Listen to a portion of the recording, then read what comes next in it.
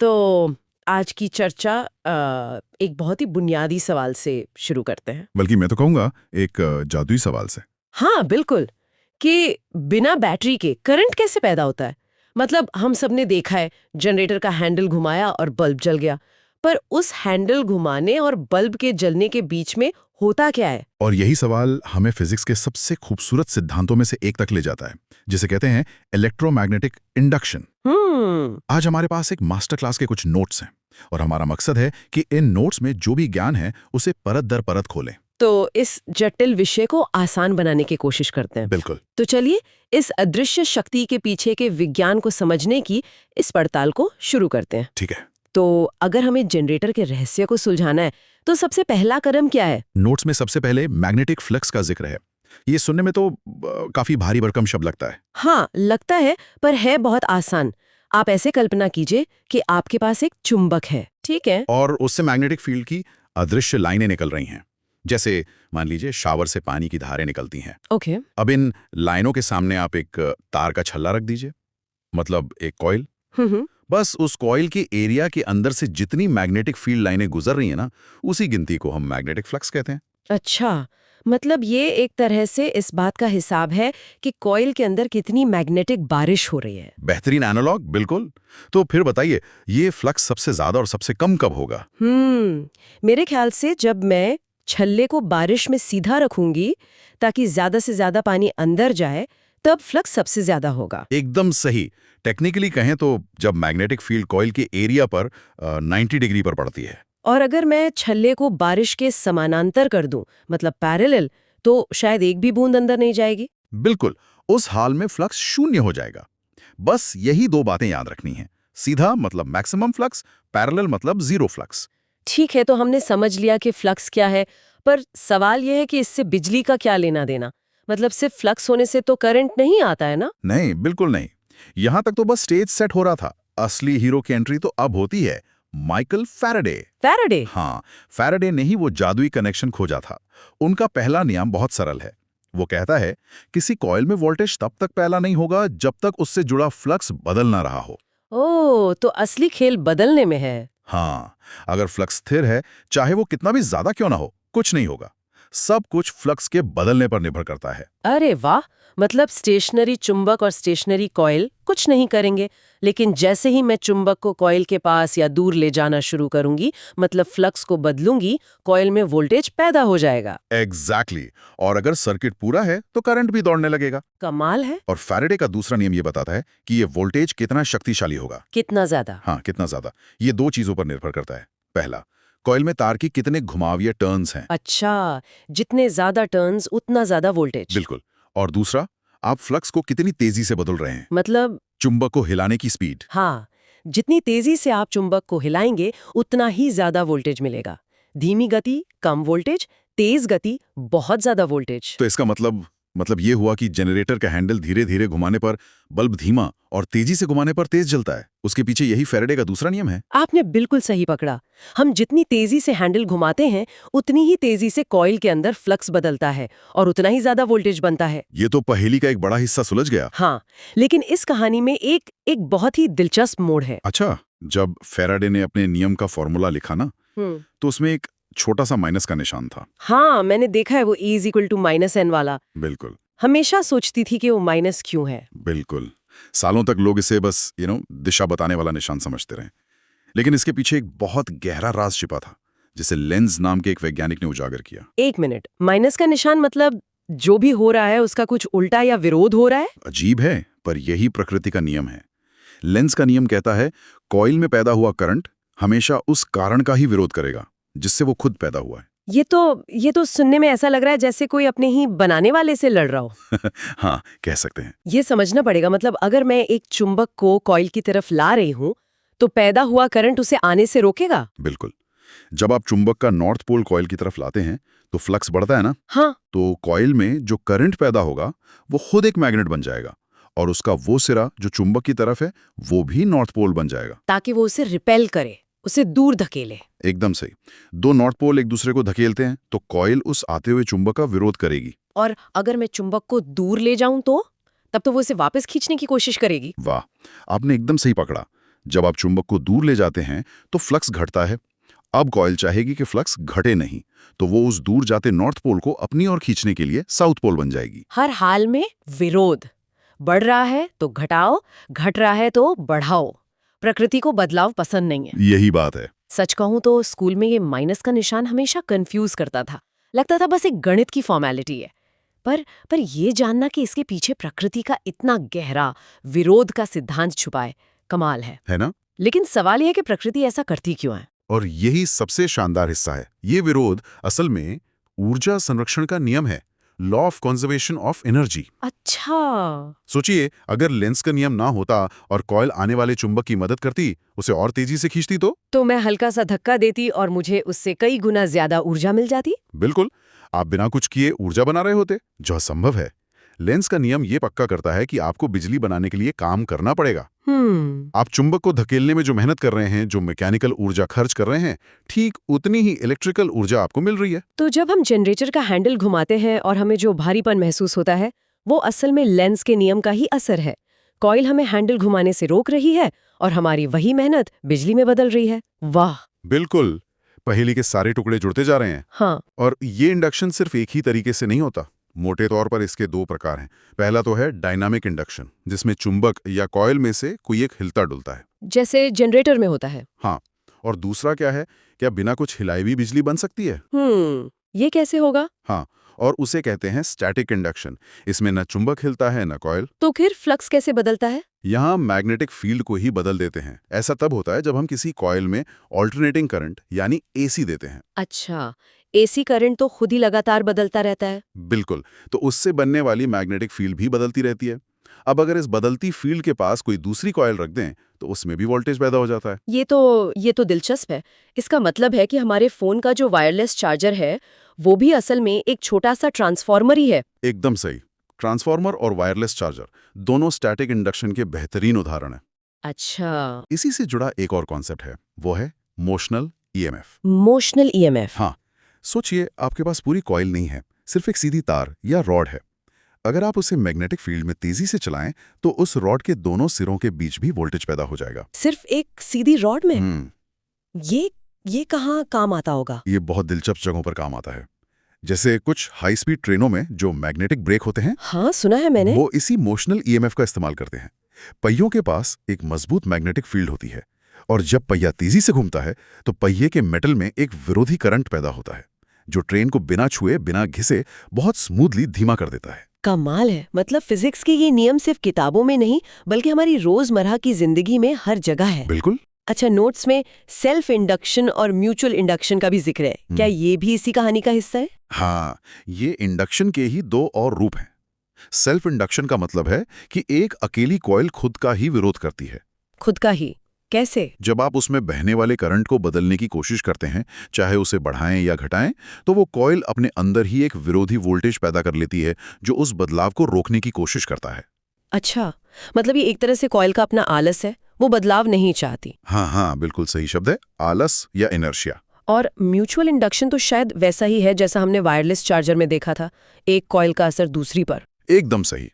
जब एक कॉइल में करंट बदलता है तो उसकी बदलती हुई मैग्नेटिक फील्ड पास रखी दूसरी कॉइल में वोल्टेज पैदा कर देती है। यही म्यूचुअल इंडक्शन है और ट्रांसफार्मर इसी पर काम करते हैं। इसका एक और मजेदार इस्तेमाल पता है कहाँ होता है? इलेक्ट्रिक गिटार में। इलेक्ट्रिक गिटार में? सच में? हाँ, गिटार के स्ट्रिंग्स मेटल के होते हैं, उनके ठीक नीचे एक पिकअप होता है जिसमें एक चुंबक और एक कॉइल होती है। जब आप स्ट्रिंग को बजाते हैं तो वो मैग्नेटिक फील्ड में कांपता है, जिससे कॉइल का फ्लक्स बदलता है और एक छोटा सा करंट पैदा होता है। और वही करंट एम्पलीफायर में जाकर आवाज बनता है। बिल्कुल। तो अब सारे टुकड़े हमारे सामने हैं, फैराडे का नियम, लेंस का विरोध और घूमने का कॉन्सेप्ट। चलिए अब अपने पहले सवाल पर वापस आते हैं और इन सबको जोड़कर देखते हैं कि जनरेटर आखिर काम कैसे करता है। चलिए इसे जोड़ता है। जनरेटर में एक मजबूत मैग्नेटिक फील्ड बनाने वाले चुंबक होते हैं। उनके बीच में एक कॉइल होती है जिसमें बहुत सारे तार के घुमाव होते हैं, और इस कॉइल को घुमाने के लिए एक हैंडल या टर्बाइन।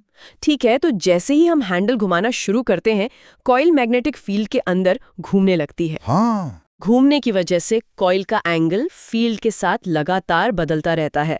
कभी वो फील्ड के सीधा होती है तो फ्लक्स मैक्सिमम होता है, और जब घूमकर पैरेलल हो जाती है तो फ्लक्स 0। और क्योंकि फ्लक्स लगातार बदल रहा है, फैराडे का नियम कहता है कि कॉइल में वोल्टेज पैदा होगा। बिल्कुल, हम जितनी तेजी से कॉइल को घुमाएंगे उतनी ही तेजी से फ्लक्स बदलेगा और उतना ही ज्यादा वोल्टेज हमें मिलेगा। और साथ ही लेंज का नियम भी काम कर रहा होगा।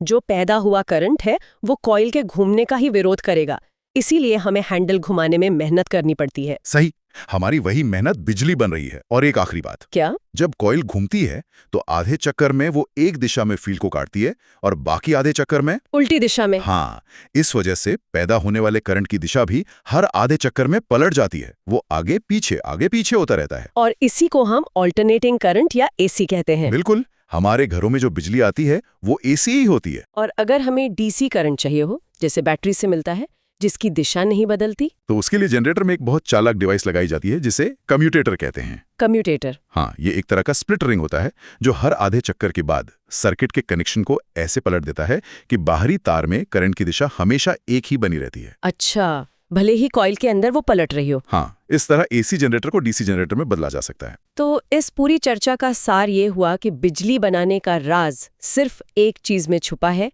बदलाव। बिल्कुल, अगर मैग्नेटिक फ्लक्स स्थिर है तो कुछ नहीं होगा। वोल्टेज तभी पैदा होगा जब फ्लक्स बदलेगा। और ज्यादा वोल्टेज के लिए दो ही रास्ते हैं, कॉइल में ज्यादा घुमाव या फ्लक्स में ज्यादा तेज बदलाव। सही। और सबसे जरूरी बात जो मुझे समझ आई वो है लेंज का नियम। प्रकृति में हर एक्शन का एक ऑपोजिट रिएक्शन होता है। हमेशा विरोध करो। हाँ, पैदा हुआ करंट हमेशा उस बदलाव का विरोध करेगा जिसने उसे जन्म दिया है। और अंत में ये समझना सबसे जरूरी है कि ये कोई मनमानी नहीं है, बल्कि ऊर्जा के संरक्षण का नियम है। You can't get something for nothing। जो काम आप करते हैं वही ऊर्जा में बदलता है। बिल्कुल, ऊर्जा सिर्फ एक रूप से दूसरे रूप में बदलती है, बस। आज की इस बातचीत के बाद जनरेटर मुझे अब कोई जादुई डिब्बा नहीं, बल्कि फिजिक्स के सबसे खूबसूरत नियमों का एक संगम लग रहा है। जाते जाते हमारे सुनने वालों के लिए एक सवाल छोड़ जाते हैं। जरूर। हमने समझा कि प्रेरित करंट हमेशा बदलाव का विरोध करता है। सोचिए अगर ऐसा न होता, अगर लेंज का नियम उल्टा काम करता और प्रेरित करंट बदलाव का समर्थन करता, मतलब जब आप चुंबक को पास लाते तो वो उसे और तेजी से खींचता। हाँ, तो क्या हम थोड़ी सी ऊर्जा से असीमित ऊर्जा बना सकते थे? क्या ये एक परपेचुअल मोशन मशीन यानी हमेशा चलने वाली मशीन बनाने का रास्ता खोल देता? नमस्कार, आज हम बिजली की दुनिया में एक कह सकते हैं कि गहरा गोता लगाने वाले हैं। बिल्कुल। खास तौर पर ऑल्टरनेटिंग करंट यानी एसी पर। हमारे पास एक एसी मास्टर क्लास का पूरा स्क्रिप्ट है और हमारा मिशन है इसके पीछे के विज्ञान को, इसके किरदारों को और इसके जादू को समझना, वो भी बिना किसी सिर दर्द के। हाँ, कोशिश यही रहेगी। तो चलिए एक बिल्कुल बुनियादी सवाल से शुरू करते हैं जो हमारे स्रोत में भी पूछा गया है। जो पावर हमारे घरों के सॉकेट में आती है वो एसी है या डीसी? वो एसी है, यानी ऑल्टरनेटिंग करंट। और ये नाम ही मतलब इसकी पूरी कहानी बताता है। अच्छा। हाँ, देखिए, डीसी यानी डायरेक्ट करंट वो एक सीधी सड़क की तरह है। ट्रैफिक सिर्फ एक ही दिशा में चलता है, जैसे आपकी बैटरी से निकलने वाला करंट। ठीक है। लेकिन एसी एक लहर की तरह है। इसमें करंट पल पल अपनी दिशा बदलता है, कभी आगे कभी पीछे। ये एक तरह का इलेक्ट्रिकल डांस है जो हर पल हो रहा है। इलेक्ट्रिकल डांस, ये मुझे पसंद आया। लेकिन जब भी विज्ञान में डांस या लहरों की बात होती है तो गणित पीछे पीछे चला आता है। हाँ, ये तो है। हमारे स्रोत में कुछ डरावने से दिखने वाले फॉर्मूले हैं। वोल्टेज के लिए V = V0 sin omega t और करंट के लिए I = I0 sin omega t। ये देखकर मुझे अपने स्कूल के दिन याद आ गए और वो यादें ज्यादा अच्छी नहीं है। चलिए इन्हें आसान भाषा में तोड़ते हैं। हाँ, बिल्कुल। ये फॉर्मूले डरावने नहीं बल्कि एसी की कुंडली की तरह है। उसका पूरा चरित्र बताते हैं। कुंडली? अच्छा। हाँ, देखिए, V का मतलब है किसी भी पल का वोल्टेज। ये बदलता रहता है ना। V0 उस लहर की सबसे ऊंची चोटी है, मतलब पीक वोल्टेज। ओके। T तो समय है ही, और सबसे दिलचस्प है ओमेगा। ओमेगा? हाँ, एंगुलर फ्रीक्वेंसी। ये सुनने में थोड़ा भारी लगता है। हम इसे बदलाव की रफ्तार कह सकते हैं। बदलाव की रफ्तार, हाँ, ये बेहतर है। यही बताता है कि करंट या वोल्टेज कितनी तेजी से अपनी दिशा बदल रहा है। और ये सीधे तौर पर फ्रीक्वेंसी यानी F से जुड़ा है। फॉर्मूला है ओमेगा = 2πf। अच्छा। फ्रीक्वेंसी का मतलब है कि एक सेकंड में ये लहर अपने कितने चक्कर पूरे करती है। भारत में हमारे घरों में 50 हर्ट्ज की फ्रीक्वेंसी आती है। एक मिनट। इसका मतलब ये हुआ कि मेरे फोन चार्जर के अंदर जो करंट जा रहा है वो एक सेकंड में 50 बार आगे पीछे हो रहा है? बिल्कुल, हर सेकंड 50 पूरे साइकिल। ये तो काफी उथल पुथल वाली बात है। हाँ, और इसी उथल-पुथल से एक बड़ा सवाल खड़ा होता है जो हमारे स्रोत का अगला पड़ाव है। हाँ, और वो सवाल ये है कि अगर एसी की वैल्यू हर पल बदल रही है, कभी 0, कभी 100, कभी 300, फिर वापस 0, तो हम ये कैसे कहते हैं कि हमारे घर में 220 वोल्ट की बिजली आ रही है? सही सवाल। मतलब एक नाचती हुई चीज को हम एक सीधा साधा नंबर कैसे दे सकते हैं? बहुत बढ़िया सवाल है और इसका जवाब है एक बहुत ही शानदार concept, RMS value, root mean square value. RMS अनुवाद है। अनुवाद? ये दिलचस्प है, समझाइए जरा। स्रोत में इसे समझाने के लिए गर्मी की एक बेहतरीन एनालॉजी दी गई है। मान लीजिए आपके पास एक इलेक्ट्रिक हीटर है। ठीक है। आप उसे 12 वोल्ट की डीसी बैटरी से जोड़ते हैं और वो 1 मिनट में मान लीजिए 100 जूल गर्मी पैदा करता है। ओके। अब एसी की आरएमएस वैल्यू वो वोल्टेज होगी जो उसी हीटर में उतने ही समय में ठीक उतनी ही यानी 100 जूल गर्मी पैदा कर दे। अच्छा, तो अगर 12 वोल्ट आरएमएस वाला एसी उतनी ही गर्मी पैदा कर रहा है, तो हम कह सकते हैं कि उसकी प्रभावी ताकत 12 वोल्ट डीसी के बराबर है। बिल्कुल, ये एक तरह का ट्रांसलेशन है एसी की दुनिया से डीसी की दुनिया में, ताकि हम दोनों की ताकत की तुलना कर सकें। और इसी से जुड़ी एक हैरान करने वाली बात हमारे स्रोत में है, जिसने मेरा दिमाग घुमा दिया। हाँ, वो पीक वोल्टेज वाली बात। हाँ, हम कहते हैं कि हमारे घर में 220 वोल्ट की सप्लाई है और ये आरएमएस वैल्यू है, लेकिन स्रोत के फॉर्मूले V0 = VRMS√2 के हिसाब से देखें तो इसका पीक वोल्टेज मतलब लहर की सबसे ऊंची चोटी, हाँ, वो असल में 220 × 1.414, ये तो लगभग 311 वोल्ट हुआ। बिल्कुल सही। हमारे घर के उपकरण जिन्हें हम 220 वोल्ट का समझते हैं, वो असल में हर सेकंड कई बार 311 वोल्ट के झटके झेल रहे हैं। अरे वाह 220V तो सिर्फ उनकी औसत काम करने की ताकत है। इसका मतलब तो ये हुआ कि जब हम कहते हैं 220 वोल्ट, तो हम असल में कहानी को बहुत कम आंक रहे हैं। एक तरह से हाँ। चलिए अब सर्किट के अंदर चलते हैं। एसी की दुनिया बाहर से जितनी सीधी दिखती है, अंदर उतने ही दिलचस्प किरदार है। स्रोत में 3 मुख्य किरदारों का जिक्र है, आर, एल और सी। आर यानी रेजिस्टर, एल इंडक्टर और सी कैपेसिटर। हाँ, तो देखते हैं जब ये एसी से मिलते हैं तो क्या ड्रामा होता है। बिल्कुल, इन्हें 3 किरदार समझना सबसे अच्छा तरीका है। सबसे पहले है आर यानी रेजिस्टर। ये कहानी का सबसे सीधा साधा और ईमानदार किरदार है। हाँ, इसका काम है करंट के रास्ते में एक तयशुदा रुकावट डालना। जब एसी इससे गुजरता है तो वोल्टेज और करंट हाथ में हाथ डालकर चलते हैं, साथ साथ। एकदम। जब वोल्टेज बढ़ता है करंट भी बढ़ता है, जब वोल्टेज घटता है करंट भी घटता है। कोई झड़ा नहीं, कोई आगे पीछे नहीं। हम कहते हैं कि दोनों एक ही फेज में हैं। ठीक है, तो आर हमारा भरोसेमंद दोस्त है, लेकिन कहानी में मजा तो तब आता है जब थोड़े बाड़ी किरदार आते हैं। तो अब मिलते हैं एल से, यानी इंडक्टर से। ये क्या चीज है? इंडक्टर, जो असल में बस एक तार की कॉइल होती है, वो कहानी का अड़ियल और जिद्दी किरदार है। अड़ियल? उसे बदलाव से सख्त नफरत है, खासकर करंट में होने वाले बदलाव से। इसे आप करंट के लिए एक भारी घूमते हुए चक्के की तरह समझ सकते हैं। एक फ्लाईव्हील की तरह। हाँ, उसे घुमाना शुरू करने में भी जोर लगता है और एक बार घूम जाए तो उसे रोकने में भी जोर लगता है। आहा, तो जब एसी करंट जो लगातार बदल रहा है इससे गुजरने की कोशिश करता है तो ये इंडक्टर कहता है, अरे भाई इतनी जल्दी क्या है, आराम से। बिल्कुल, एकदम यही होता है। और इसी वजह से करंट हमेशा वोल्टेज से थोड़ा पीछे रह जाता है। हाँ, वो कहता है तुम चलो मैं आता हूं, और तकनीकी भाषा में ये ठीक 90 डिग्री पीछे रह जाता है। हम कहते हैं कि करंट लैग कर रहा है। अच्छा। और इंडक्टर जो रुकावट पैदा करता है उसे हम इंडक्टिव रिएक्टेंस XL कहते हैं, जिसका फॉर्मूला है XL = ω/L। एक मिनट, इस फॉर्मूले में ओमेगा है यानी फ्रीक्वेंसी, तो इसका मतलब ये हुआ कि फ्रीक्वेंसी जितनी ज्यादा होगी, मतलब करंट जितनी तेजी से बदलने की कोशिश करेगा, हाँ, ये इंडक्टर उतना ही ज्यादा अड़ियल हो जाएगा, उतनी ही ज्यादा रुकावट डालेगा। एकदम सही पकड़ा। और यही इसकी सबसे बड़ी ताकत है, क्योंकि इंडक्टर हाई फ्रीक्वेंसी को रोकता है और लो फ्रीक्वेंसी को जाने देता है। तो ये फिल्टर की तरह काम करता है। बिल्कुल, आपके स्पीकर सिस्टम में जो सर्किट भारी बेस को मतलब लो फ्रीक्वेंसी को पतली आवाज यानी हाई फ्रीक्वेंसी से अलग करता है, वो इसी इंडक्टर के बर्ताव का नतीजा है। कमाल है। तो ये सिर्फ एक अड़ियल किरदार नहीं है, इसका अपना एक हुनर है।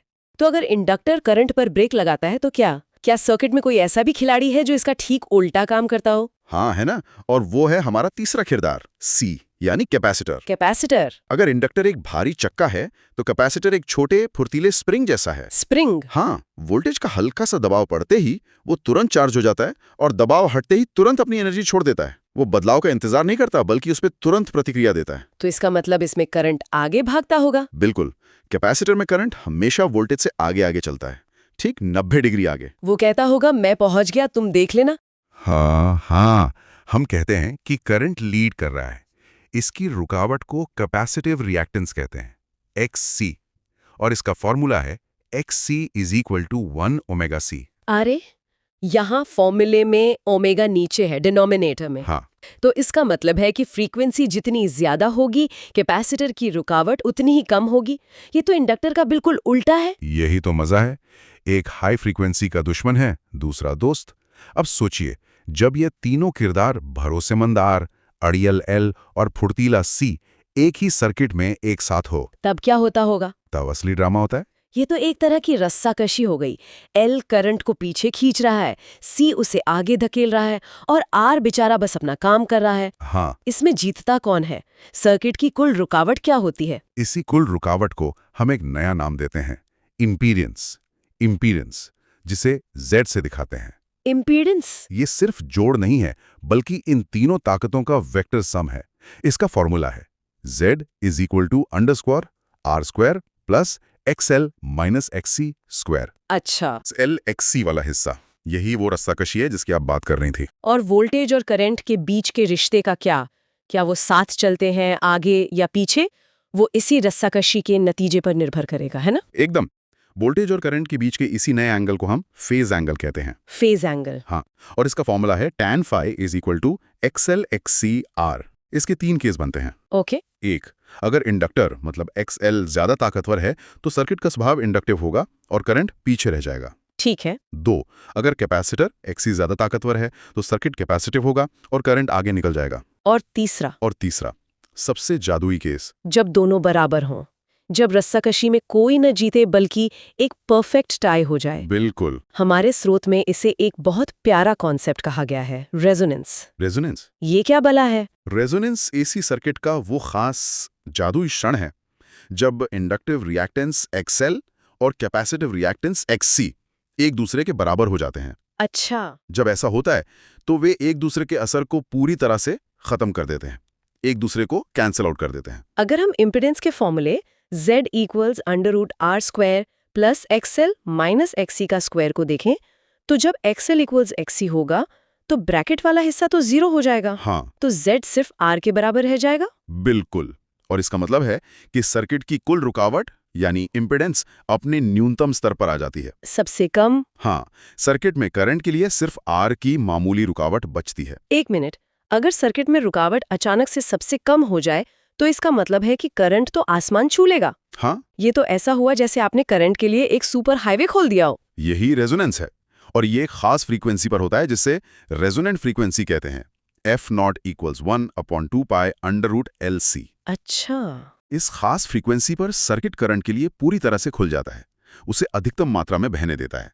बाकी सभी फ्रीक्वेंसी के लिए L और C की लड़ाई की वजह से रुकावट ज्यादा रहती है। और यही तो रेडियो ट्यूनिंग का आधार है। बिल्कुल। जब हम रेडियो पर नॉब घुमाते हैं तो हम असल में कैपेसिटर की वैल्यू बदल रहे होते हैं ताकि हमारे रेडियो का सर्किट किसी एक खास स्टेशन की फ्रीक्वेंसी पर रेजोनेट करे। हाँ, और वो सिग्नल बाकियों से ज्यादा मजबूत हो जाता है। उस एक फ्रीक्वेंसी का सिग्नल मजबूत हो जाता है और बाकी सब दब जाते हैं। ये तो कमाल है। बिल्कुल।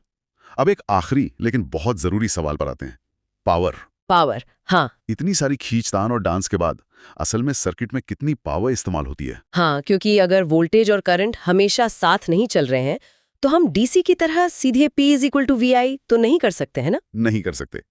AC सर्किट में असल पावर का फॉर्मूला है P = VRMS IRMS cos phi। हाँ, यहाँ जो आखिरी हिस्सा है cos phi, वही असली खिलाड़ी है। इसे पावर फैक्टर कहते हैं। पावर फैक्टर, ये क्या बताता है? इसे ऐसे समझिए, मान लीजिए आप एक घोड़े को रस्सी से खींच रहे हैं। ठीक है।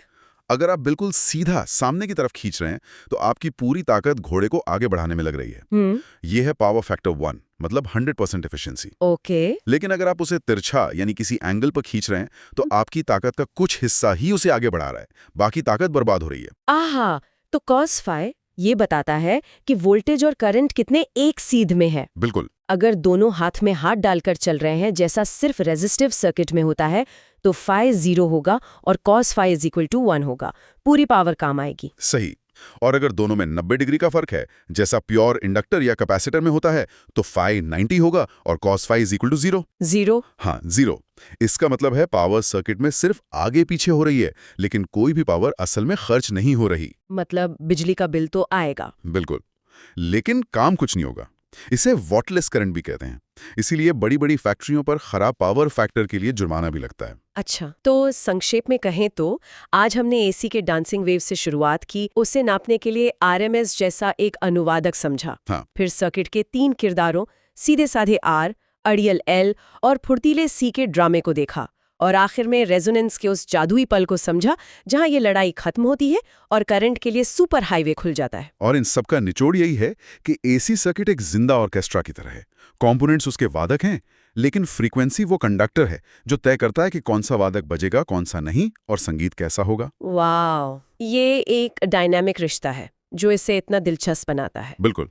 और इसी के साथ हम अपने श्रोताओं के लिए सोचने के लिए एक सवाल छोड़ जाते हैं। जरूर। हमने देखा कि रेजोनेंस में एक खास फ्रीक्वेंसी पर करंट अधिकतम हो जाता है, जिसका इस्तेमाल हम रेडियो में अपना पसंदीदा गाना सुनने के लिए करते हैं।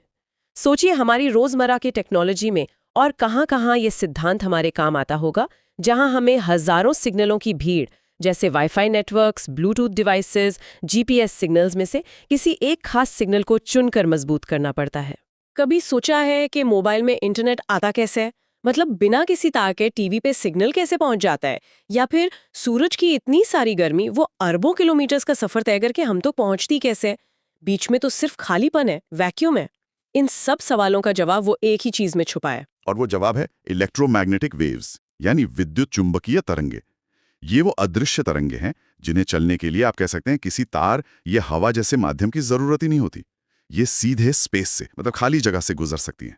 तो आज की हमारी चर्चा का मिशन इन्हीं अदृश्य तरंगों के विज्ञान को परत दर परत समझना है। तो चलिए इस अदृश्य दुनिया की पड़ताल करते हैं। हम शुरुआत करेंगे जेम्स क्लर्क मैक्सवेल के उस मूल सिद्धांत से जिसने सब कुछ बदल दिया, और देखेंगे कि कैसे यही सिद्धांत हमारे मोबाइल फोन और इंटरनेट तक को चला रहा है। तो कहानी शुरू होती है एक बहुत ही शानदार वैज्ञानिक से, जेम्स क्लर्क मैक्सवेल। 19वीं सदी में उन्होंने सिर्फ गणित के कुछ समीकरणों से एक ऐसी बात कही जो उस समय के लिए मतलब अविश्वसनीय थी। उन्होंने बताया कि एक बदलता हुआ इलेक्ट्रिक फील्ड, यानी एक ऐसा विद्युत क्षेत्र जो स्थिर नहीं है, वो अपने आसपास अपने आप एक मैग्नेटिक फील्ड, एक चुंबकीय क्षेत्र पैदा कर देता है। और यहां से ये वाकई दिलचस्प हो जाता है, क्योंकि ये एक तरफा रिश्ता नहीं है। मैक्सवेल ने बताया कि वो जो नया मैग्नेटिक फील्ड बना है, अगर वो भी बदल रहा है तो वो वापस एक इलेक्ट्रिक फील्ड पैदा कर देगा।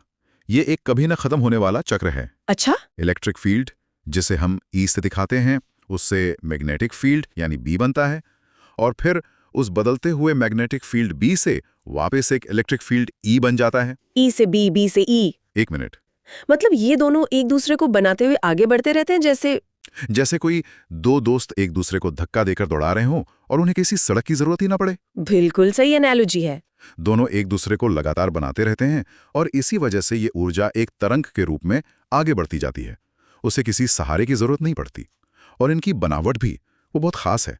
मान लीजिए कि ये तरंग एक्स दिशा में आगे जा रही है, ठीक है। तो इलेक्ट्रिक फील्ड की जो कंपन होगी वो वाई दिशा में होगी, और मैग्नेटिक फील्ड की कंपन जेड दिशा में। अच्छा, जैसे गणित में एक्स वाई जेड अक्ष होते हैं जो तीनों एक दूसरे से 90 डिग्री पर होते हैं, तो ये तरंग भी वैसी ही है? हाँ, ये समझना बहुत जरूरी है। ये तीनों इलेक्ट्रिक फील्ड, मैग्नेटिक फील्ड और तरंग के चलने की दिशा हमेशा एक दूसरे के परपेंडिकुलर होते हैं। ये कोई संयोग नहीं है, ये इन तरंगों का बुनियादी मतलब एक फंडामेंटल स्वभाव है। तो मैक्सवेल ने सिर्फ ये नहीं बताया कि ये तरंगे मौजूद हैं और कैसे बनती हैं, बल्कि उन्होंने गणित का इस्तेमाल करके इनकी रफ्तार की भी गणना की। और शायद यहीं पर वो पल था जहां विज्ञान की दुनिया में एक बहुत बड़ा खुलासा होने वाला था। उन्होंने एक बहुत ही सुंदर और क्या कहते हैं सरल फॉर्मूला दिया, C = 1/√μ0ε0। यहाँ C इन तरंगों की गति है। अब ये μ0 और ε0 क्या है? ये प्रकृति के दो मूलभूत स्थिरांक हैं। इन्हें ऐसे समझिए जैसे ये स्पेस का टेक्सचर बताते हैं कि स्पेस इलेक्ट्रिक और मैग्नेटिक फील्ड को कितनी आसानी से अपने अंदर से गुजरने देता है। मतलब ये स्पेस की अपनी प्रॉपर्टीज है जो हमेशा एक जैसी रहती हैं। बिल्कुल। तो जब मैक्सवेल ने इन स्थिरांकों की वैल्यू इस फॉर्मूले में डाली, तो जो जवाब आया उसने सबको चौंका दिया। और वो जवाब था लगभग 3 लाख किलोमीटर प्रति सेकंड, या आप सटीक रूप से कहें तो 3 गुणे 10 18 मीटर प्रति सेकंड। ये रफ्तार तो वैज्ञानिकों को जानी पहचानी लगी। ये वही रफ्तार थी जो उस समय तक प्रकाश की गति के रूप में मापी जा चुकी थी। और यहीं पर विज्ञान का वो आहा मोमेंट आया। ये सिर्फ एक संयोग नहीं हो सकता था। मैक्सवेल ने साबित कर दिया कि प्रकाश यानी लाइट वो खुद एक इलेक्ट्रोमैग्नेटिक वेव है। जो रोशनी हम अपनी आंखों से देखते हैं वो असल में बदलते हुए इलेक्ट्रिक और मैग्नेटिक फील्ड का एक खेल है जो अंतरिक्ष में प्रकाश की गति से यात्रा कर रहा है। ये सोचना ही कमाल है। मतलब जो रोशनी हम देख रही हैं वो असल में बस एक तरह की तरंग है। पर अगर ये प्रकाश की गति से चलती है तो इसके कुछ और भी तो अनोखे गुण होंगे। जैसे क्या इसे भी आवाज की तरह चलने के लिए हवा की जरूरत पड़ती है? यही तो इसका सबसे जरूरी गुण है। इन्हें चलने के लिए किसी माध्यम की, किसी मीडियम की जरूरत नहीं होती। आवाज की तरंगों को हवा या पानी जैसा कोई माध्यम चाहिए। आप चांद पर जाकर बोलेंगे तो किसी को सुनाई नहीं देगा, क्योंकि वहां हवा नहीं है। हाँ, लेकिन ईएम तरंगे वैक्यूम में, मतलब खाली अंतरिक्ष में भी बड़ी आसानी से चल सकती हैं। इसीलिए तो सूरज की रोशनी और गर्मी हम तक पहुंच पाती है। तो क्या इसका मतलब है कि गामा रेज और रेडियो वेव्स जो हम आगे समझेंगे दोनों एक ही स्पीड से चलती हैं? ये बात कुछ हजम नहीं हुई। एक इतनी ताकतवर और एक इतनी शांत। हाँ, और यही बात इसे इतना दिलचस्प बनाती है। वैक्यूम में ये सब के सब एक ही स्पीड से चलते हैं, प्रकाश की गति। इनकी ताकत का इनकी स्पीड से कोई लेना देना नहीं है। फर्क सिर्फ तब आता है जब ये किसी माध्यम से गुजरते हैं, जैसे पानी या कांच। तब ये धीमे हो जाते हैं और इनका नेचर ट्रांसवर्स होता है। ट्रांसवर्स मतलब ये कि तरंग में जो कंपन है वो तरंग के चलने की दिशा के परपेंडिकुलर होती है, यानी ऊपर नीचे या अगल बगल, न कि आगे पीछे। यहाँ एक और बात है जो मुझे हैरान करती है। मैंने सुना है कि ये तरंगे अपने साथ सिर्फ ऊर्जा ही नहीं बल्कि मोमेंटम भी लेके चलती हैं। इसका मतलब क्या ये है कि लाइट हमें धक्का दे सकती है? बिल्कुल। ये सुनने में साइंस फिक्शन जैसा लगता है, लेकिन ये सच है। प्रकाश जब किसी सतह से टकराता है तो उस पर एक बहुत हल्का सा दबाव डाल सकता है। ये दबाव इतना कम होता है कि हम इसे महसूस नहीं कर पाते, लेकिन संवेदनशील उपकरणों से इसे मापा जा सकता है। सोलर सेल जैसी जो भविष्य की टेक्नोलॉजी है वो इसी सिद्धांत पर काम करती है। कमाल है। और गणित के नजरिए से क्या कोई और खास रिश्ता है इनमें? हाँ, एक और सरल लेकिन बहुत महत्वपूर्ण रिश्ता है। किसी भी ईएम वेव में किसी भी पल में इलेक्ट्रिक फील्ड E और मैग्नेटिक फील्ड B की ताकत का जो अनुपात होता है वो हमेशा प्रकाश की गति c के बराबर होता है, यानी EB = C। एक मिनट, मतलब इससे कोई फर्क नहीं पड़ता कि वेव कितनी मजबूत है या कमजोर, ये अनुपात हमेशा एक जैसा रहता है। ये तो अद्भुत है। ये इन तरंगों का एक स्थायी नियम है और इसी से पता चलता है कि ये कितनी मूलभूत चीज है। तो मैक्सवेल की इस खोज का सबसे बड़ा मतलब ये निकला कि जो रोशनी हम देखते हैं वो स्पेशल नहीं है, वो बस एक बड़े परिवार का वो सदस्य है जिसे हम देख पाते हैं। बिल्कुल, ये एक बहुत बड़े परिवार यानी इलेक्ट्रोमैग्नेटिक स्पेक्ट्रम का छोटा सा हिस्सा है। ये एक ऐसी अदृश्य दुनिया है जो हर वक्त हमारे आसपास है पर हम उसे देख नहीं पाते। इस पूरे परिवार को तरंगों की वेवलेंथ के आधार पर व्यवस्थित किया गया है। वेवलेंथ यानी दो तरंगों के शिखर के बीच की दूरी। सही कहा। तो अगर हम सबसे छोटी वेवलेंथ और सबसे ज्यादा एनर्जी वाली तरंगों से शुरू करें तो इसका क्रम है गामा रेज, फिर एक्स रेज, फिर अल्ट्रावायलेट, फिर वो छोटा सा हिस्सा जिसे हम विजिबल लाइट कहते हैं। उसके बाद इंफ्रारेड, फिर माइक्रोवेव और आखिर में सबसे लंबी रेडियो वेव्स। इस पूरे क्रम को याद रखना कभी-कभी मुश्किल हो सकता है, पर इसके लिए एक मजेदार तरीका भी है ना? आप इन तरंगों के पहले अक्षर ले सकते हैं, G, X, U, V, I, M, R, और इससे एक वाक्य बना सकते हैं, Great X-Men use very intelligent mind regularly। इससे ये क्रम हमेशा याद रहेगा। चलिए इस अदृश्य दुनिया के सदस्यों से मिलते हैं।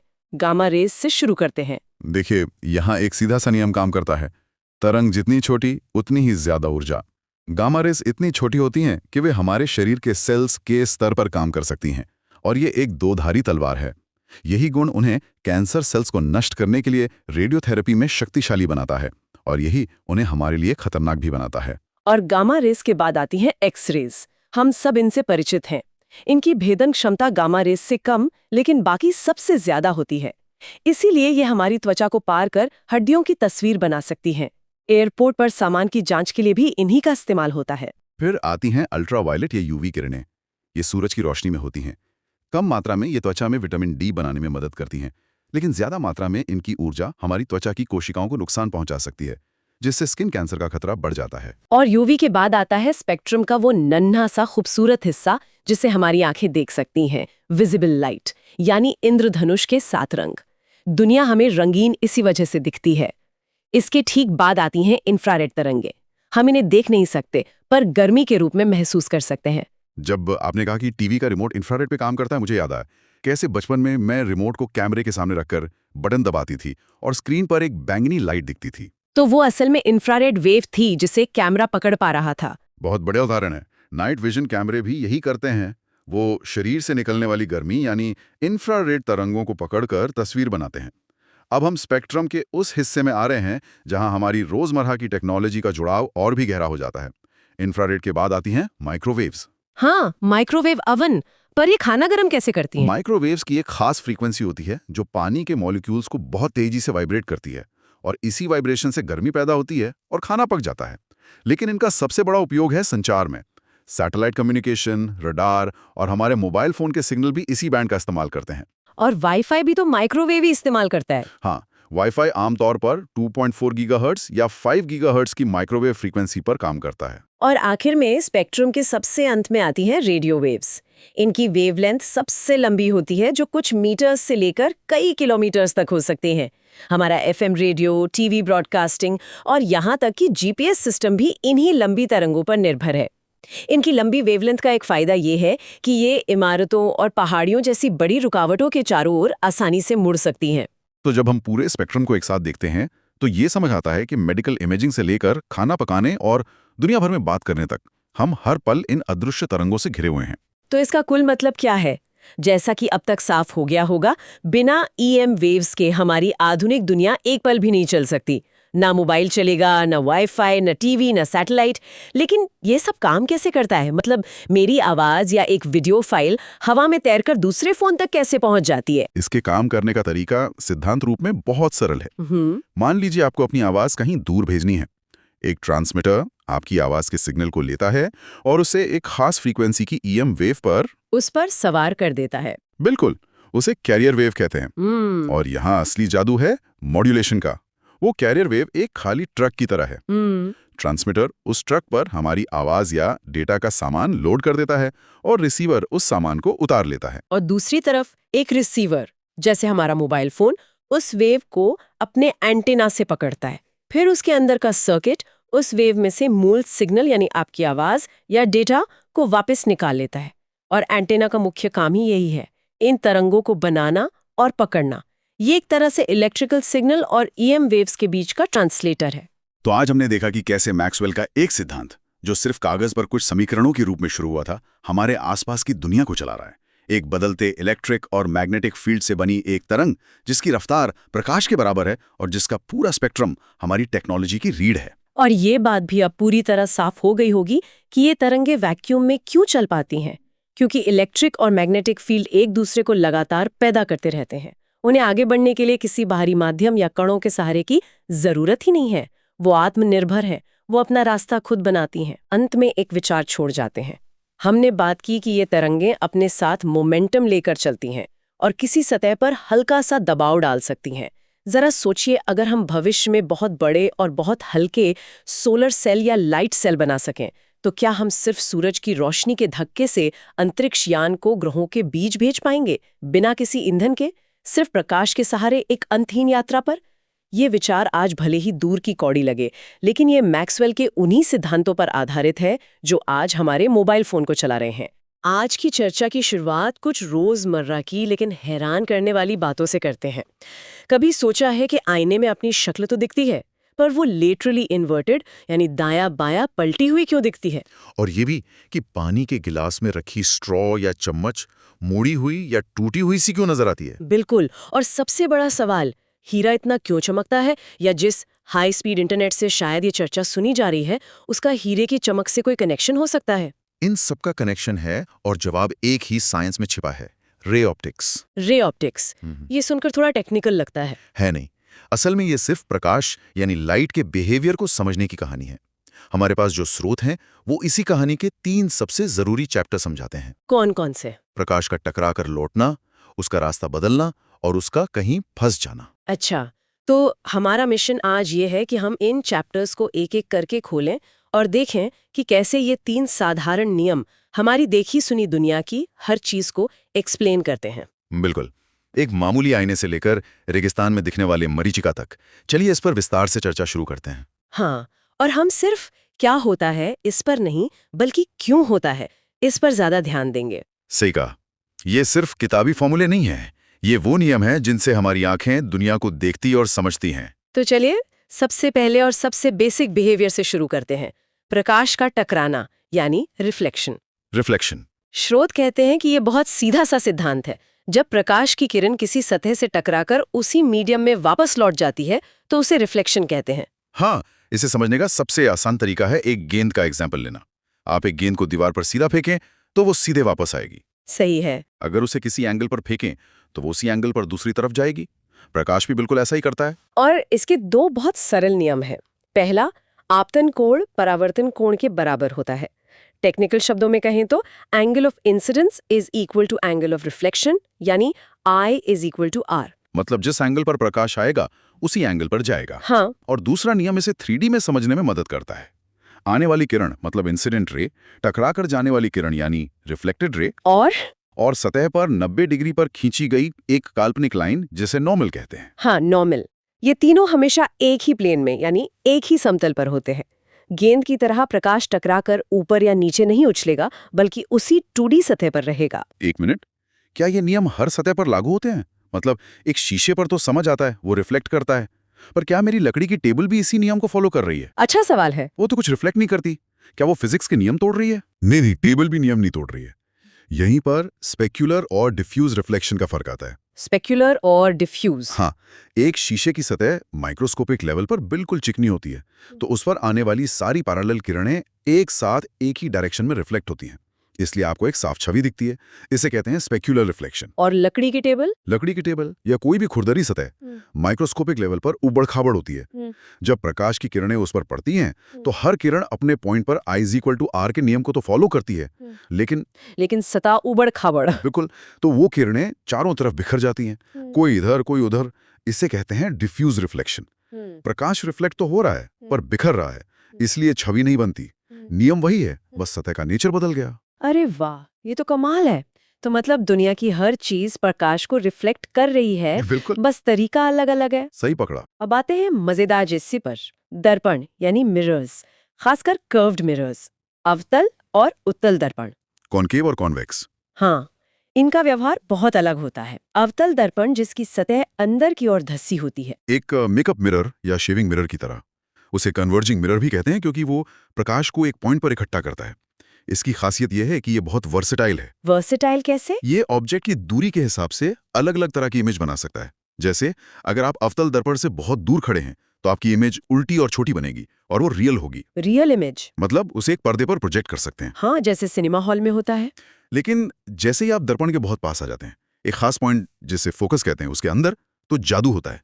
इमेज अचानक सीधी, बहुत बड़ी और वर्चुअल बन जाती है। वर्चुअल? हाँ, मतलब असल में वहां नहीं है। ये तो एक तरह का इल्यूजन हुआ। मेरा दिमाग मुझे धोखा दे रहा है। बिल्कुल, आपका दिमाग ये मानकर चलता है कि प्रकाश हमेशा सीधी रेखा में चलता है। तो जब रिफ्लेक्ट हुई किरणें आपकी आंखों तक पहुंचती हैं तो दिमाग उन्हें पीछे की ओर एक सीधी लाइन में ट्रेस करता है जहां वो मिलती हुई लगती हैं। अच्छा, वो लगने वाली जगह ही वर्चुअल इमेज है। वो शीशे के पीछे बनती है जहां असल में कुछ नहीं है। समझ गई। और उत्तल दर्पण यानी कॉन्वेक्स मिरर, जो गाड़ियों के साइड व्यू मिरर में होता है, वो इससे कैसे अलग है? उत्तल दर्पण बिल्कुल उल्टा है। उसकी सतह बाहर की ओर उभरी होती है, इसलिए वो प्रकाश को फैलाता है, इकट्ठा नहीं करता।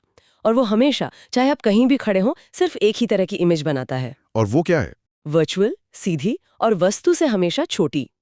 इसीलिए उस पे लिखा होता है objects in the mirror are closer than they appear. क्योंकि इमेज छोटी बनती है तो हमारा दिमाग सोचता है कि वो चीज बहुत दूर है, जबकि वो होती पास है। एग्जैक्टली। और इसी वजह से वो एक छोटे से शीशे में पीछे का बहुत बड़ा एरिया यानी वाइड फील्ड ऑफ व्यू दिखा पाता है। अब इन सब के पीछे का गणित भी है ना, मिरर फॉर्मूला। हाँ, मिरर फॉर्मूला। ये फॉर्मूला बताता है कि इमेज ठीक कहाँ और कितनी बड़ी बनेगी। क्या हमें उस फॉर्मूला में घुसने की जरूरत है? मुझे स्कूल के दिन याद आ रहे हैं, 1F = 1V + 1U और वो प्लस माइनस के चक्कर। हाँ, नहीं, बिल्कुल नहीं। फॉर्मूला रटने की जरूरत नहीं है, बस उसके पीछे का जो आइडिया है ना, वो समझना जरूरी है। वो फॉर्मूला बस 3 चीजों को जोड़ता है: वस्तु की दर्पण से दूरी U, छवि की दर्पण से दूरी v और दर्पण की अपनी बनावट यानी उसकी फोकल लेंथ f। तो अगर दो चीजें पता हो तो तीसरी निकाल सकते हैं। बिल्कुल, ये फिजिक्स की प्रिडिक्टिव पावर का एक बेहतरीन उदाहरण है। और प्लस माइनस का चक्कर, स्रोत उसे परीक्षा का पसंदीदा जाल कहते हैं। वो बस दिशा बताने का एक तरीका है। फिजिसिस्ट ने एक सिंपल मैप सिस्टम बनाया है जिसे साइन कन्वेंशन कहते हैं। दर्पण के सामने वाली दूरियां नेगेटिव, पीछे वाली पॉजिटिव। और ऊपर नीचे का? मुख्य लाइन के ऊपर की ऊंचाई पॉजिटिव, नीचे की नेगेटिव। ये बस फॉर्मूला को बताने का तरीका है कि कौन सी चीज कहाँ रखी है। डायरेक्शन सही बताओ तो जवाब हमेशा सही आएगा। ठीक है, तो रिफ्लेक्शन से हमें आईने का राज तो समझ आ गया, लेकिन ये पानी में रखी चम्मच के मुड़े हुए दिखने को बिल्कुल भी एक्सप्लेन नहीं करता। सही बात है। वहां तो प्रकाश टकराकर वापस नहीं आ रहा, वो तो पानी के अंदर जा रहा है। तो ऐसा लग रहा है कि जैसे ही प्रकाश का मीडियम बदलता है, हवा से पानी, उसके नियम भी बदल जाते हैं। आपने बिल्कुल सही पकड़ा। यहाँ कहानी का दूसरा चैप्टर शुरू होता है, अपवर्तन यानी रिफ्रैक्शन। रिफ्रैक्शन? जब प्रकाश एक पारदर्शी माध्यम से दूसरे में जाता है तो वो अपनी स्पीड बदलता है और इसी वजह से अपने रास्ते से थोड़ा मुड़ जाता है। इसी मुड़ने को रिफ्रैक्शन कहते हैं। एक मिनट, स्पीड बदलता है मतलब प्रकाश हर जगह एक ही स्पीड से नहीं चलता क्या? नहीं, बिल्कुल नहीं। प्रकाश वैक्यूम में सबसे तेज चलता है, लगभग 3 लाख किलोमीटर प्रति सेकंड। लेकिन जैसे ही वो हवा, पानी या कांच जैसे किसी माध्यम में घुसता है तो धीमा हो जाता है। हाँ, उसे उस माध्यम के एटम से इंटरैक्ट करना पड़ता है, जिससे उसकी स्पीड कम हो जाती है। इसे ऐसे सोचें कि आप एक खाली सड़क पर दौड़ रहे हैं और अचानक आपको एक भीड़-भाड़ वाले बाजार में घुसना पड़े। आपकी स्पीड अपने आप कम हो जाएगी। अच्छा उदाहरण है, पर ये मुड़ता क्यों है? स्पीड कम होने से रास्ता क्यों बदलना? इसका एक बहुत अच्छा एनालॉजी है। सोचिए एक गाड़ी सड़क से तिरछे होकर कीचड़ में जा रही है। ठीक है। जैसे ही उसका पहला पहिया कीचड़ में जाएगा, वो धीमा हो जाएगा, जबकि दूसरा पहिया अभी भी तेज सड़क पर है। इस स्पीड के अंतर की वजह से गाड़ी अपने आप उस धीमे पहिए की तरफ मुड़ जाएगी। अच्छा, तो प्रकाश के साथ भी यही होता है? बिल्कुल, जब वो हवा, जो कि एक तेज माध्यम है, से पानी यानी धीमे माध्यम में जाता है, तो वो नॉर्मल की तरफ मुड़ जाता है। और जब वो पानी से वापस हवा में आता है? तब इसका उल्टा होता है। वो कीचड़ से वापस सड़क पर आ रहा है, तो वो नॉर्मल से दूर हटता है। और इसी वजह से हमें चम्मच मुड़ी भी दिखती है। हाँ, चम्मच के जो हिस्से पानी के अंदर हैं, उनसे आने वाली प्रकाश की किरणें पानी से हवा में आते हुए मुड़ जाती हैं। हमारी आंखें और दिमाग उन मुड़ी हुई किरणों को सीधा ट्रेस करते हैं और हमें चम्मच की एक वर्चुअल इमेज दिखती है जो उसकी असली जगह से थोड़ी ऊपर होती है। इसीलिए वो टूटी हुई लगती है। बिल्कुल। हर माध्यम प्रकाश को अलग अलग मात्रा में धीमा करता होगा। क्या इसे मापने का कोई तरीका है? हाँ, इसे मापने के लिए ही रिफ्रैक्टिव इंडेक्स बनाया गया है। ये बस एक नंबर है जो बताता है कि किसी माध्यम में प्रकाश की स्पीड वैक्यूम के मुकाबले कितनी कम हो गई है। जैसे पानी का कितना है? पानी का रिफ्रैक्टिव इंडेक्स करीब 1.33 है, कांच का 1.5 और हीरे का करीब 2.42। नंबर जितना बड़ा, माध्यम उतना ही डेंसर या सघन और प्रकाश उसमें उतना ही धीमा। तो इसका मतलब हीरे में प्रकाश बहुत ज्यादा धीमा हो जाता है। अच्छा, तो रिफ्रैक्शन से हमें आभासी गहराई का भी पता चलता है। जैसे स्विमिंग पूल का तल जितना गहरा होता है उतना दिखता नहीं है। बिल्कुल, ये भी रिफ्रैक्शन का ही कमाल है। अब यहाँ एक बहुत ही मजेदार सवाल उठता है। क्या? हमने देखा कि जब प्रकाश पानी से हवा में आता है तो वो नॉर्मल से दूर मुड़ता है। तो क्या होगा अगर हम उसे इतना ज्यादा मोड़ दें कि वो हवा में जा ही ना पाए? मतलब वो पानी में ही फंस जाएगा? ये कैसे हो सकता है? यहीं से कहानी का तीसरा और सबसे ड्रामेटिक चैप्टर शुरू होता है, टोटल इंटरनल रिफ्लेक्शन या TIR। Total internal reflection. ये एक खास घटना है जो तब होती है जब प्रकाश दूसरे मीडियम में जाने के बजाय पूरी तरह से उसी मीडियम में वापस रिफ्लेक्ट हो जाता है। वो सतह जो पारदर्शी थी अचानक एक परफेक्ट मिरर की तरह काम करने लगती है। पर ऐसा होने के लिए कुछ खास शर्तें होंगी? ये हमेशा तो नहीं होता होगा? हाँ, 2 बहुत जरूरी शर्तें हैं, जैसा कि हमारे स्रोत बताते हैं। पहली, प्रकाश को हमेशा सघन माध्यम से विरल माध्यम में जाने की कोशिश करनी चाहिए। डेंसर टू रेयर, जैसे पानी से हवा में? हाँ, या कांच से हवा में, या हवा से पानी में जाते हुए कभी नहीं हो सकता। और दूसरी शर्त? दूसरी शर्त एंगल से जुड़ी है। आपतन कोण यानी एंगल ऑफ इंसिडेंस एक खास एंगल से ज्यादा होना चाहिए, जिसे क्रांतिक कोण या क्रिटिकल एंगल कहते हैं। एक मिनट, ये क्रिटिकल एंगल क्या भला है? हाँ, अच्छा सवाल है। इसे एक एनालॉजी से समझते हैं।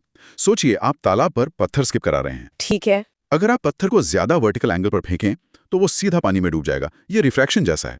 लेकिन अगर आप उसे पानी की सतह से लगभग पैरेलल बहुत शैलो एंगल पर फेंकें तो वो सतह से टकराकर उछल जाता है ना। हाँ, स्किप कर जाता है। क्रिटिकल एंगल प्रकाश के लिए वही स्किपिंग एंगल है। अगर प्रकाश का एंगल उससे ज्यादा शैलो हुआ तो वो दूसरे मीडियम में घुसने के बजाय उसी सतह से 100% रिफ्लेक्ट हो जाएगा, भले ही सतह पारदर्शी हो। Wow, 100% reflection?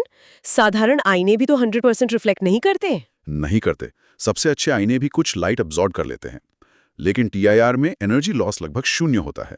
ये एक परफेक्ट रिफ्लेक्शन है। कमाल है। और इसी सिद्धांत पर हमारा मॉडर्न कम्युनिकेशन टिका है, ऑप्टिकल फाइबर केबल्स। जिनसे हमारा इंटरनेट चलता है, वो भी TIR पर काम करती हैं। बिल्कुल। ऑप्टिकल फाइबर एक बहुत पतला, इंसान के बाल जैसा हाई क्वालिटी का कांच का तार होता है।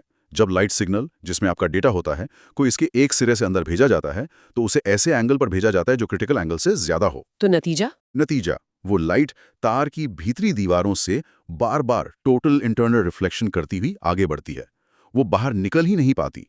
इस तरह लाइट सिग्नल को बिना किसी खास लॉस के हजारों किलोमीटर्स तक भेजा जा सकता है। ये तो अविश्वसनीय है। मतलब जो सिद्धांत हीरे को चमकाता है, वो ही हमें इंटरनेट से जोड़ता है। हीरे का क्या कनेक्शन है इससे? हीरे का रिफ्रैक्टिव इंडेक्स बहुत ज्यादा होता है, 2.42, जिसकी वजह से उसका क्रिटिकल एंगल बहुत कम होता है, सिर्फ 24.4 डिग्री। बहुत कम है ये तो। हाँ, तो जब प्रकाश की कोई किरण हीरे में घुस जाती है तो उसे बाहर निकलने का रास्ता आसानी से नहीं मिलता। हीरे को इस तरह से तराशा जाता है कि अंदर घुसी हुई लाइट उसकी अंदरूनी सतहों से बार बार टकराए और हर बार उसका एंगल क्रिटिकल एंगल से ज्यादा हो। तो प्रकाश हीरे के अंदर ही ट्रैप हो जाता है? कुछ देर के लिए, हाँ। वो अंदर ही अंदर कई बार TIR से गुजरता है और जब आखिरकार किसी सतह से सही एंगल पर बाहर निकलता है तो हमें वो असाधारण चमक या ब्रिलियंस दिखाई देती है। तो हीरे की चमक असल में उसके अंदर फंसे हुए प्रकाश की कहानी है। बिल्कुल। और स्रोत रेगिस्तान की मृग तृष्णा का भी जिक्र करते हैं, वो भी यही है। हाँ, वो भी TIR का एक प्राकृतिक उदाहरण है। गर्मी में रेगिस्तान की रेत के पास की हवा बहुत गर्म होकर विरल यानी रेरर हो जाती है, जबकि ऊपर की हवा ठंडी और सघन रहती है। हवा की लेयर्स बन जाती हैं। सही कहा। जब किसी दूर के पेड़ से प्रकाश की किरणें नीचे आती हैं तो वो सघन से विरल हवा में आते हुए मुड़ती हैं और एक पॉइंट पर TIR का शिकार हो जाती हैं। वो जमीन तक पहुंचने के बजाय ऊपर की ओर मुड़कर हमारी आंखों तक पहुंचती हैं। और हमारा दिमाग सोचता है कि प्रकाश सीधा आ रहा है। बिल्कुल। और उससे पेड़ का एक उल्टा प्रतिबिंब जमीन पर दिखता है, जैसे पानी में दिख रहा हो। तो आज की चर्चा का सार निकाले तो प्रकाश के ये 3 व्यवहार, रिफ्लेक्शन, रिफ्रैक्शन और TIR, हमारी दुनिया के बहुत सारे रहस्यों को खोलते हैं। सही कहा। पहला, रिफ्लेक्शन यानी प्रकाश का टकराना। ये हमें बताता है कि आईने कैसे काम करते हैं। इसका सीधा नियम है, आईने का एंगल इज इक्वल्स टू जाने का एंगल। दूसरा, रिफ्रैक्शन यानी प्रकाश का मुड़ना। ये तब होता है जब प्रकाश अपनी स्पीड बदलता है और इसी वजह से पानी में चम्मच टेढ़ी दिखती है। और तीसरा, टोटल इंटरनल रिफ्लेक्शन। ये रिफ्रैक्शन का ही एक एक्सट्रीम केस है, जहां प्रकाश मुड़ने के बजाय फंस जाता है और 100% रिफ्लेक्ट हो जाता है। और ये 2 चीजों पर निर्भर करता है। प्रकाश को सघन से विरल माध्यम में जाना होगा और उसका एंगल क्रिटिकल एंगल से ज्यादा होना चाहिए। यही हीरे की चमक और ऑप्टिकल फाइबर का राज है। तो ये तीनों घटनाएं, एक आईना, एक मुड़ी हुई चम्मच और सुपरफास्ट इंटरनेट, असल में एक ही कहानी के 3 अलग अलग एंड हैं। एक ही कहानी। हाँ, ये कहानी है प्रकाश की, जो एक बाउंड्री को पार करने की कोशिश कर रहा है। कभी वो बाउंड्री से टकराकर लौट आता है, जो है रिफ्लेक्शन। कभी उसे पार करते हुए रास्ता बदल लेता है, जो है रिफ्रैक्शन। और कभी-कभी खास हालात में वो उस बाउंड्री पर ही फंस कर रह जाता है, TR। ये सब कुछ एक साथ जोड़कर देखने का एक शानदार तरीका है। हाँ, और आज हमने प्रकाश को एक सीधी रेखा में चलने वाली किरण या रे मानकर ये सब समझा। ये मॉडल बहुत शक्तिशाली है और हमें लेंस, आईने और हमारी आंखों के काम करने का तरीका समझने में मदद करता है। सही है। पर एक सवाल के साथ आज की चर्चा को समाप्त करते हैं। क्या प्रकाश हमेशा एक सीधी रेखा में चलने वाली किरण ही है, या उसका कोई और रूप भी है, जैसे एक तरंग या वेव? क्योंकि अगर वो एक वेव है तो वो कोनों से मुड़ भी सकती है और एक दूसरे से टकराकर पैटर्न भी बना सकती है। ये सोचना दिलचस्प है कि इन सरल नियमों के आगे प्रकाश की दुनिया कितनी और गहरी और अजीब हो सकती है। आज हम उन चाबियों की बात करने जा रहे हैं जिनसे अदृश्य दुनिया के ताले खुलते हैं। वाह, क्या शुरुआत है। और ये चाबियां ये बनी हैं कांच के छोटे छोटे टुकड़ों से। हम इन्हें लेंस कहते हैं।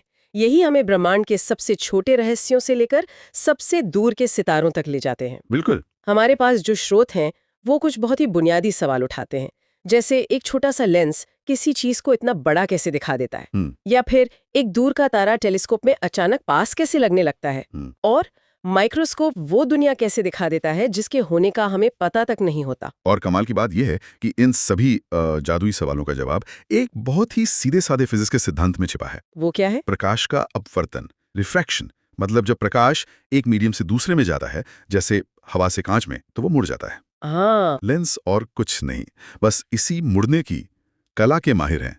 और माइक्रोस्कोप, टेलीस्कोप, ये सब उपकरण इसी एक कला को मतलब एक अलग ही लेवल पर ले जाते हैं। ठीक है, तो फिर इस गुत्थी को सुलझाना शुरू करते हैं। स्रोतों के मुताबिक ये सारा खेल 2 तरह के लेंसों से शुरू होता है। तो ये 2 मुख्य खिलाड़ी कौन हैं? हमारे 2 मेन खिलाड़ी हैं, उत्तल और अवतल लेंस, मतलब कॉन्वेक्स और कॉन्केव। ठीक है। इसे ऐसे सोचिए कि कॉन्वेक्स लेंस एक इकट्ठा करने वाला लेंस है। ये बीच में से मोटा होता है। इसका काम है कि इस पर पड़ने वाली लाइट्स की सारी किरणों को पकड़कर एक जगह ले आए, एक पॉइंट पर मिला दे। कन्वर्ज कर दें। बिल्कुल, कन्वर्ज करना। तो ये प्रकाश की किरणों के लिए एक तरह का मीटिंग पॉइंट बना देता है। तो फिर दूसरा खिलाड़ी कॉन्केव लेंस वो क्या करता है? कॉन्केव लेंस ठीक इसका उल्टा है। वो है फैलाने वाला लेंस। अच्छा। वो बीच में पतला होता है और जब प्रकाश की किरणें उस पर पड़ती हैं तो वो उन्हें बाहर की तरफ बिखेर देता है, जैसे कोई भीड़ को तितर-बितर कर रहा हो। इसे हम कहते हैं डाइवर्ज करना। कमाल है। और मजे की बात यह है कि दुनिया का हर ऑप्टिकल उपकरण, आपके चश्मे से लेकर हबल टेलीस्कोप तक, बस इन्हीं 2 किरदारों के तालमेल का नतीजा है, इकट्ठा करने वाले और फैलाने वाले। वाह, तो सिर्फ इकट्ठा करना और फैलाना, यही पूरे खेल का आधार है। चलिए अब इस खेल के नियम समझते हैं। स्रोतों में कुछ शब्द हैं जो बार बार आते हैं। Principal axis, optical centre, focal point. ये सुनने में थोड़े भारी लगते हैं ना? लगते भारी हैं पर हैं बहुत सरल। सोचिए हम लेंस के साथ काम कर रहे हैं तो हमें एक रेफरेंस चाहिए। प्रिंसिपल एक्सिस बस लेंस के ठीक बीच से गुजरने वाली एक सीधी काल्पनिक सड़क है जो हमें दिशा बताती है। ठीक है, एक सीधी सड़क। और ऑप्टिकल सेंटर, स्रोत इसे एक जादुई बिंदु कहता है। एक मिनट, ये कैसे हो सकता है? हमने अभी अभी कहा कि लेंस का काम ही प्रकाश को मोड़ना है, तो फिर ये जादुई सेंटर ऐसा क्या करता है कि प्रकाश बिना मुड़े निकल जाता है? क्या यहाँ फिजिक्स के नियम बदल जाते हैं? वाह, क्या सवाल पूछा है। नहीं, नियम नहीं बदलते। एक्चुअली लेंस के ठीक केंद्र में उसकी दोनों सतहें एक दूसरे के लगभग समानांतर होती हैं। अच्छा। तो प्रकाश जितना एक तरफ मुड़ता है उतना ही दूसरी तरफ वापस सीधा हो जाता है। नतीजा ये होता है कि वो बस अपनी सीधी राह पर चलता रहता है, जैसे उसे पता ही ना चला हो कि वो कांच से गुजरा है। तो ये एक तरह का धोखा है, कह सकते हैं। इसीलिए ये बिंदु इतना खास है। ये हमारा 0 पॉइंट है। और फोकल पॉइंट या फोकस, ये शब्द तो हम आम जिंदगी में भी इस्तेमाल करते हैं। बिल्कुल, और इसका मतलब भी वही है। कॉन्वेक्स लेंस के लिए फोकल पॉइंट वो असली मीटिंग पॉइंट है जहां सारी समानांतर किरणें आकर मिलती हैं। लेकिन अब एक दिलचस्प सवाल उठता है। क्या? अगर कॉन्केव लेंस किरणों को फैला देता है तो उसका फोकल पॉइंट कहाँ होगा? उसकी किरणें तो कभी मिलती ही नहीं। हाँ, यही मेरे दिमाग में आ रहा था। तो क्या कॉन्केव लेंस का कोई फोकस होता ही नहीं? होता है, लेकिन वो एक आभासी मतलब वर्चुअल फोकस होता है। वर्चुअल? हाँ, जब कॉन्केव लेंस किरणों को फैलाता है तो अगर आप उन फैली हुई किरणों को पीछे की तरफ खींचें तो वे एक बिंदु पर मिलती हुई महसूस होती हैं। असल में नहीं मिलती, पर दिमाग को लगता है कि वो वहीं से आ रही हैं। अच्छा। वही उस लेंस का फोकल पॉइंट है। और ऑप्टिकल सेंटर से इसी फोकल पॉइंट तक की दूरी को हम फोकल लेंथ कहते हैं। ये बताती है कि लेंस कितना शक्तिशाली है। ठीक है, तो हम जानते हैं कि एक लेंस प्रकाश को मोड़ता है और इमेज बनाता है, लेकिन कहाँ, कितनी दूर, कितनी बड़ी, इसका कोई सटीक तरीका है या ये बस अंदाजे का खेल है? नहीं, अंदाजे का खेल बिल्कुल नहीं है। यहीं पर फिजिक्स का सबसे शक्तिशाली टूल आता है, जिसे स्रोत सबसे बड़ा हथियार कहता है, लेंस फॉर्मूला। Lens formula? ये एक समीकरण है जो ऑब्जेक्ट की दूरी मतलब u, इमेज की दूरी v और फोकल लेंथ f को एक साथ जोड़ता है। यहाँ एक छोटी सी बात साफ कर दूं। स्रोत में जो फॉर्मूला 1v/1f = 1v + 1u लिखा है, वो असल में मिरर यानी दर्पण के लिए होता है। लेंस के लिए सही फॉर्मूला 1f = 1v - 1u है। बिल्कुल सही पकड़ा। ये बहुत कॉमन कंफ्यूजन है। हाँ, तो हम लेंस की बात कर रहे हैं तो हम माइनस वाले फॉर्मूले को ही समझेंगे। सही है। और ये फॉर्मूला हमें भविष्यवाणी करने की ताकत देता है। अगर हमें पता है कि हमने मोमबत्ती कहाँ रखी है यानी u और लेंस की फोकल लेंथ क्या है f, तो ये फॉर्मूला हमें ठीक-ठीक बता देगा कि मोमबत्ती की साफ तस्वीर कहाँ बनेगी v। लेकिन स्रोत में एक चेतावनी भी है। बहुत बच्चे यही गलती करते हैं। ये साइन कन्वेंशन के बारे में है, मतलब कब प्लस लगाना है और कब माइनस। ये इतना उलझाने वाला क्यों है? ये उलझाने वाला नहीं है अगर आप इसे एक नियम की तरह ना देखकर एक मैप की तरह देखें। मैप की तरह? हाँ, सोचिए लेंस आपके मैप का ओरिजिन है, 0 पॉइंट। प्रकाश की किरण हमेशा बाईं ओर से दाईं ओर जा रही है, तो ओरिजिन से दाईं ओर का कोई भी सफर पॉजिटिव है और बाईं ओर का कोई भी सफर नेगेटिव। बस ये एक ट्रैफिक नियम है ताकि हमारी कैलकुलेशन भटके नहीं। तो इसके कुछ पक्के नियम हैं जिन्हें हमेशा याद रखा जा सकता है। हाँ, और वो बहुत तार्किक हैं। नियम नंबर 1, हम ऑब्जेक्ट को हमेशा लेंस के बाईं ओर रखते हैं, तो ऑब्जेक्ट की दूरी u हमेशा नेगेटिव होगी। हमेशा। हमेशा। नियम नंबर 2, कॉन्वेक्स लेंस किरणों को दाईं ओर इकट्ठा करता है ना? तो उसका फोकल पॉइंट दाईं ओर होता है, तो उसकी फोकल लेंथ f हमेशा पॉजिटिव होगी। ठीक है। और नियम नंबर 3, कॉन्केव लेंस किरणों को फैलाता है और उसका वर्चुअल फोकस बाईं ओर होता है, इसलिए उसकी फोकल लेंथ f हमेशा नेगेटिव होगी। बस ये 3 बातें याद रखिए, कभी कोई गलती नहीं होगी। ठीक है, फॉर्मूले से हमें पता चल गया कि इमेज कहाँ बनेगी, लेकिन सबसे बड़ा सवाल तो ये है कि वो कितनी बड़ी दिखेगी। यहीं पर मैग्निफिकेशन का कॉन्सेप्ट आता है ना? बिल्कुल। मैग्निफिकेशन यानी m, इसका फॉर्मूला है m = v/u। ये हमें 2 कमाल की बातें बताता है। पहली, इमेज का आकार। हाँ, अगर m का मान 2 आता है तो इमेज 2 गुनी बड़ी होगी, अगर 0.5 आता है तो आधी रह जाएगी। लेकिन दूसरी बात और भी दिलचस्प है, जो m के साइन यानी प्लस या माइनस होने से पता चलती है। वो क्या है? अगर m पॉजिटिव है तो इमेज सीधी बनेगी, इरेक्ट, जैसी वो असल में है। लेकिन अगर m नेगेटिव है तो इमेज उल्टी बनेगी, इन्वर्टेड। उल्टी इमेज, इसका क्या फायदा? हम किसी चीज को उल्टा क्यों देखना चाहेंगे? ये तो एक कमी लगती है। हमें पहली नजर में ये कमी लगती है, लेकिन ऑप्टिकल उपकरणों में यही एक खूबी बन जाती है। कैसे? जब हम कंपाउंड माइक्रोस्कोप या टेलीस्कोप बनाते हैं तो पहला लेंस एक उल्टी इमेज बनाता है, लेकिन फिर दूसरा लेंस, जिसे हम आईपीस कहते हैं, उस उल्टी इमेज को ही अपना ऑब्जेक्ट मानकर उसे सीधा कर देता है और उसे और भी बड़ा बना देता है। अरे वाह, मतलब एक की कमी दूसरे की ताकत बन जाती है। बिल्कुल, एक टीम की तरह काम करते हैं। अच्छा, एक और शब्द है, पावर। हम सुनते हैं कि चश्मे का पावर इतना है, इसका लेंस से क्या लेना देना है? पावर और फोकल लेंथ एक ही सिक्के के 2 पहलू हैं। पावर P का मतलब है लेंस की प्रकाश को मोड़ने की क्षमता। जिस लेंस की फोकल लेंथ जितनी कम होगी, वो प्रकाश को उतना ज्यादा मोड़ेगा और उसकी पावर उतनी ही ज्यादा होगी। अच्छा, तो ये उल्टा रिश्ता है। एकदम। इसका फॉर्मूला है P = 1/f। लेकिन ध्यान रहे, यहाँ फोकल लेंथ मीटर में होनी चाहिए और इसकी इकाई है डायोप्टर, मतलब D। तो जब कोई कहता है कि मेरे चश्मे का नंबर -2 है, तो वो असल में बता रहा है कि वो -2 डायोप्टर पावर का कॉन्केव लेंस इस्तेमाल कर रहा है। मुझे याद है जब मेरा पहला चश्मा लगा था, -0.5 डायोप्टर का। छोटी सी पावर थी, लेकिन जब मैंने उसे पहली बार लगाया और दूर खड़े पेड़ की पत्तियां एक दूसरे से अलग और साफ दिखीं, हाँ। तो लगा जैसे दुनिया अचानक HD में अपग्रेड हो गई हो। वही है पावर का असली मतलब। क्या बात है। अब इन सारे आइडियाज को जोड़ते हैं और देखते हैं कि ये मिलकर वो जादू कैसे करते हैं जिसे हम माइक्रोस्कोप और टेलीस्कोप कहते हैं। चलिए पहले माइक्रोस्कोप की बात करते हैं। ठीक है। माइक्रोस्कोप का मकसद है पास की छोटी चीज को बड़ा दिखाना। इसका सबसे सरल रूप तो मैग्नीफाइंग ग्लास है, जो बस एक कॉन्वेक्स लेंस है। लेकिन असली जादू होता है कंपाउंड माइक्रोस्कोप में, जिसमें 2 लेंस होते हैं। पहला जो ऑब्जेक्ट के पास होता है, ऑब्जेक्टिव, और दूसरा जो आंख के पास होता है, आईपीस। और ये दोनों मिलके काम कैसे करते हैं? यही पर वो कमाल की बात है जो स्रोत में छिपी है। यहाँ ताकत सिर्फ जुड़ नहीं रही, बल्कि गुणा हो रही है। गुणा हो रही है मतलब? मान लीजिए ऑब्जेक्टिव लेंस इमेज को 10 गुना बड़ा करता है और आईपीस उसे 40 गुना और बड़ा करता है, तो हमें 10 + 40 यानी 50 गुना बड़ी इमेज नहीं मिलेगी। तो कितनी मिलेगी? हमें मिलेगी 10 × 40 यानी 400 गुना बड़ी इमेज। यही वो छलांग है जो हमें एक अदृश्य कोशिका की दुनिया में ले जाती है। वाह, तो ये एक तरह का विजुअल इकोसिस्टम है। पहला लेंस एक इमेज बनाता है और दूसरा लेंस उस इमेज को ही अपना ऑब्जेक्ट मानकर उसे और बड़ा कर देता है। कमाल का आइडिया है ना? अब टेलीस्कोप पर आते हैं। इसका काम तो ठीक उल्टा है, दूर की चीज को पास लाना। हाँ, और इसलिए इसका डिजाइन भी अलग होता है। टेलीस्कोप का मुख्य काम है दूर की किसी चीज, जैसे चांद का, हमारी आंख पर बनने वाला कोण, एंगल, बड़ा कर देना। अच्छा, कोण बड़ा करना। हाँ, जब कोण बड़ा होता है तो चीज अपने आप बड़ी और पास लगने लगती है। इसमें भी 2 लेंस होते हैं, ऑब्जेक्टिव और आईपीस। लेकिन यहाँ मैग्निफिकेशन का फॉर्मूला बहुत सरल है। m = f0 fe, मतलब ऑब्जेक्टिव की फोकल लेंथ को आईपीस की फोकल लेंथ से भाग दे दो। यहाँ पर स्रोत में एक बहुत ही रोचक तुलना है जो अक्सर लोगों को कंफ्यूज करती है। मैं जानता हूँ आप क्या कहने वाली हैं। माइक्रोस्कोप में ज्यादा ताकत के लिए ऑब्जेक्टिव की फोकल लेंथ f0 छोटी होनी चाहिए, जबकि टेलीस्कोप में ज्यादा ताकत के लिए ऑब्जेक्टिव की फोकल लेंथ f0 बड़ी होनी चाहिए। ये तो एकदम उल्टा लगता है, ऐसा क्यों? ये सवाल इस पूरी चर्चा का दिल है। इसे एक एनालॉजी से समझते हैं। बताइए। माइक्रोस्कोप एक जासूस की तरह है, जो एक छोटे से सुराग, जैसे उंगली के निशान, को देख रहा है। उसे सुराग के बहुत पास जाकर एक छोटे और शक्तिशाली मैग्नीफाइंग ग्लास यानी छोटी फोकल लेंथ से हर बारीक डिटेल निकालनी है, उसका काम है गहराई से देखना। ठीक है, और टेलीस्कोप? टेलीस्कोप एक मछुआरे की तरह है जो रात में समंदर से बहुत दूर से आ रही हल्की सी रोशनी को देखना चाहता है।